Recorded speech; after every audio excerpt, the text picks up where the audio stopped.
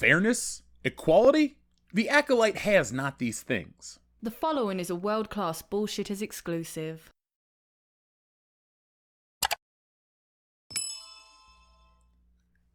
Things keep getting worse for the Acolyte. Documents filed by Disney have revealed that its latest Star Wars spin-off series, The Acolyte, isn't actually a force for equality, despite famously featuring a female-centric cast. According to the filings in early April last year, when production of the streaming service was still in full swing, just 30% of the 695 employees were female, and across the entire workforce, women's average hourly pay was 19.4% lower than men's. Black and international actors fill the show's ranks, lending to it being dubbed as the most inclusive and diverse live-action Star Wars project ever. It has also led to the show being branded as woke, which was supposedly the driving force behind its plummeting rating on review aggregator score Rotten Tomatoes. Just a day after the show launched on June 4th, its audience score stood at 50%, but since then, there has been a disturbance in the force. 4 of the 8 episodes have aired so far on Disney Plus streaming's platform, and the reviews have been overwhelmingly negative. So much that the audience score is now just 14%, giving The Acolyte a lower rating than the critically panned Star Wars The Clone Wars and the notorious 1978 Holiday Special. The low score has been attributed to unjustified review bombing, with the key evidence being the fact that the show's Rotten Tomatoes critic score stands at a respectable 85%. However, closely reading the reviews in some of the most prestigious print titles reveals serious structural problems for the show. Most of the pieces are uneven at best, if not simply underwhelming, said Rolling Stone, whilst USA Today added, the show is full of logical fallacies, hokey dialogue, and nonsensical plots. The Times of London awarded The Acolyte 2 out of 5, driven by the show's somber expositional dialogue, whilst the New York Times said, beneath the familiar trappings and visceral pull that Star Wars can summon on its best moments doesn't manifest itself. Characters speak in platitudes about loss, grief, loyalty, and revenge, and the cast mostly works down to the level of the dialogue. Under Disney, Star Wars appears to be suffering from a strategy which can be described as the 3 I's: innovation, institutionalization, and iteration. It is a similar approach to the one that studios have taken with Marvel Comics movies, and it starts with breaking new ground in the field. After Disney acquired Star Wars creator Lucasfilm for $4 billion in 2012, it innovated by pairing younger actors Daisy Ridley, John Boyega with Carrie Fisher, Mark Hamill, and Harrison Ford, who starred in the original trilogy 3 decades earlier. The first outing of the new group was 2015's Star Wars: The Force Awakens. Disney had planned a new trilogy from the outset, and as we revealed, their takings and profits steadily declined. The movies became increasingly focused on Daisy Ridley's character Rey, which was the part of the second step of Disney's strategy, institutionalization. Disney acquired Lucasfilm to attract more of a male audience and complement its roster of princesses, which appeal to young girls. However, as the box office of the Star Wars movies began to wane, Disney cast its net wider in an attempt to lure new viewers. Let's stop there really quickly. They did this before any of the box office started to wane. Sadly, The Force Awakens grossed over $2 billion. The female focus was already there. Also, a side note, these films were far into production before they could even determine how to alter the movies to appeal to more girls, to try to save the box office, so the wider net is a lie. Rey became a pinup for female audiences, and in 2016, Disney made Rogue One a Star Wars story, a spin-off movie with another female lead, played by British actress Felicity Jones. The Acolyte steps this strategy up a gear with a diverse cast designed to appeal to an even wider demographic. This part of the strategy just isn't smart, it's absolutely admirable. The problem is, the strategy doesn't stop here. You're full of shit, Forbes.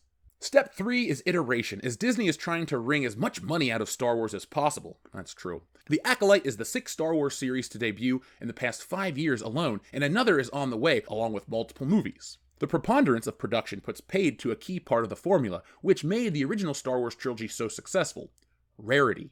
Fans had to wait years for the next installment in the saga, and this built up huge levels of hype, which have evaporated now as the next 6 comes a few days after the previous one. Unlike Marvel movies, the Star Wars shows are not ostensibly interlinked, though it comes across as if they are. There are so many productions it's hard to keep up with all of them, and when one is missed, it starts a vicious cycle as fans may be more reluctant to watch the next series in case they don't understand it. Even more problematically, the more shows there are, the more storylines Disney needs to come up with, and the harder it is for them to keep mustering the visceral pull that Star Wars can summon at its best moments, as the New York Times puts it. Disney has now been pushed between a rock and a hard place. The best course of action would be to put a complete pause on the Star Wars series and build up hype for a future installment, but if that happened, revenues would decrease, which would be far from a dream ticket for shareholders. Accordingly, Disney has to keep on churning out the shows, which make it harder and harder to maintain quality. Disney has made so many Star Wars shows that inevitably it has struck gold with some, notably The Mandalorian, which charts the exploits of a gruff armored bounty hunter and his unlikely companion. By the way, that was the first Disney Star Wars show on Disney+. That's where the hype came from, not years of anticipation from other quality shows. Again, context is king. Indeed, it was such a critical success that it was renewed for 2 subsequent seasons, with the latest airing last year. A big screen movie is also set to be released in 2026, though no further seasons are due to debut in the meantime, proving that Disney really does understand the power of rarity when it's got a hot property on its hands. That said, despite the dire reviews, The Acolyte has 4.8 million views on the first day of release and 11.1 million views across the first 5 days, making it the studio's biggest series of 2024 so far. Judging its financial success isn't so easy, as Disney Plus subscribers get access to all of the studio's content, so subscription revenue can't be attributed to a specific show. In contrast, there is no doubt of how much The Acolyte cost to make. The show was shot in the United Kingdom between October of 2022 and June of 2023 at Shinefield Studios, about an hour outside of London. Studios filming in the UK receive a reimbursement for up to 25.5% of the money they spend in the country, but have to make detailed financial disclosures to get it. As revealed earlier, pre-production for The Acolyte cost $48.5 million, which is more than was spent on the groundwork for Rogue One. Even pre-production costs of the main installments in the Disney Star Wars saga weren't far off from The Acolyte. Disney only spent 17% more on pre-production for The Last Jedi in 2017. Spending isn't the only disclosure the UK government requires from studios which film in the country. Any employer with a headcount of 250 people or more, excluding the staff of agencies on their books, is also forced to disclose the difference in pay between men and women on their payroll. Not only does this show that the average hourly pay of women who worked on The Acolyte was 19.4% less than men received, but was also 13.5% lower when taking the middle number if hourly pay is ranked from highest to lowest. What's more, although men outnumber women in the bottom and 2 middle hourly pay bands, 53% of employees in the highest hourly pay band were also male. Inequality has been a hot topic for Lucasfilm president Kathleen Kennedy, but not this kind of inequality. Defending Headland's stewardship of The Acolyte in an interview with the New York Times, she said, "I think Leslie has struggled a bit with it. I think a lot of women who step into Star Wars struggle with it a bit more because the fan base is so male-dominated, and sometimes they get attacked in ways that can be quite personal."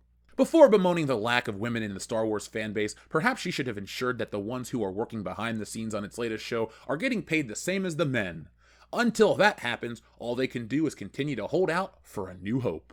It's interesting how the push for inclusivity is just a publicity stunt. Lucasfilm and Disney love to parade their progressive values, but at the end of the day, it's just talk. In reality, there are many factors for the pay discrepancy. There's no world in where everyone gets the same pay no matter the job. What we have here is a vague interpretation of the situation. Are the female grips making less than the male camera operators? Are the female effects artists making more than the male gaffers? We need more data. This average hourly pay is intentionally vague. They want people up in arms about equality. That's not necessarily the case. Not all jobs are created equal, but if we're going to play in their sandbox, these poor women, it's so shameful that they aren't getting paid what the men are. Lucasfilm should be an ally to this underrepresented minority. Why isn't the woman in charge giving her salary to the women beneath her for solidarity? Alright, it's absolute bullshit. If a man and a woman with the same experience and resume are going to do the same job, they should be paid the same. That's all fair and good. But let's make sure we're not taking this out of context to try to paint a certain group as a victim.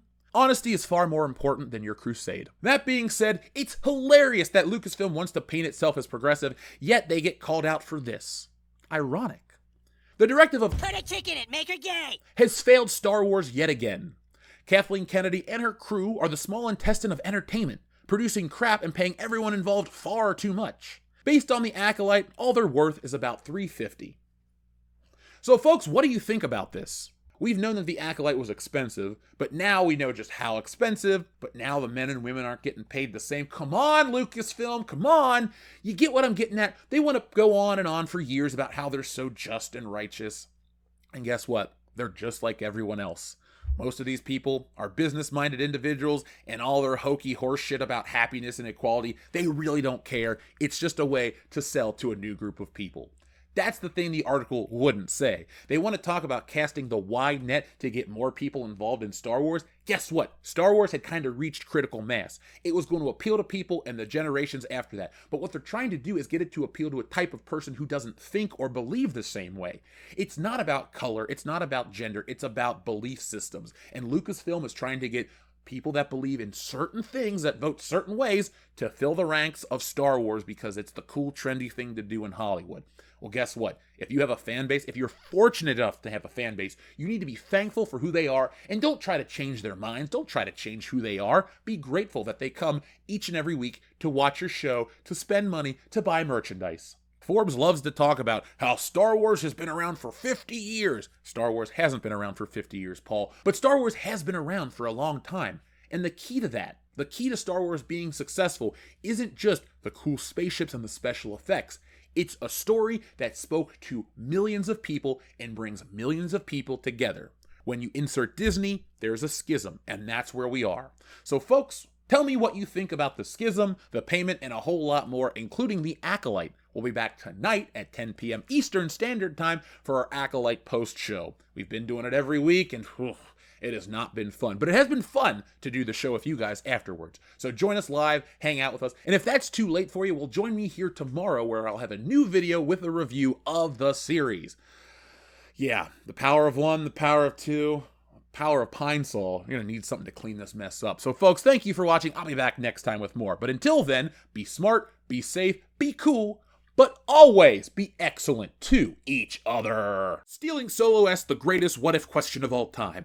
What if a group of disgruntled Star Wars fans kidnap Harrison Ford and force him to remake Star Wars in their basement? That, and a whole lot more, is answered in Stealing Solo, a Captain's Parody. Stealing Solo has been called Laugh Out Loud Funny and the greatest Star Wars parody since Spaceballs, and it's available now for a limited time only. Go to stealingsolo.com, which is powered by Shopify, so you get the reward-winning safety and security, and get yourselves a copy today. Once we sell through this limited backstock, I'm going back to the drawing board to bring you the sequel, which parodies Luke Skywalker's fall from grace, and finally the closing chapter, which I can't wait to get to, Frankenfisher, the Bride of Solo. And yes, it's exactly what you think it is. So folks, the only way to get that is go to stealingsolo.com right now, get yourselves a copy, and enjoy the greatest Star Wars parody since Spaceballs. Don't you just hate wokeness and the toll it takes on society? Well, bust it with Wokebusters! Set in a world where outrage turns people into literal monsters, Wokebusters follows the four men who step up to save society from itself. It's funny, colorful, and action-packed. This 100-page epic is only available on Kickstarter for a limited time, so act now before the clock runs out and wokeness wins. Got outrage? Call Wokebusters.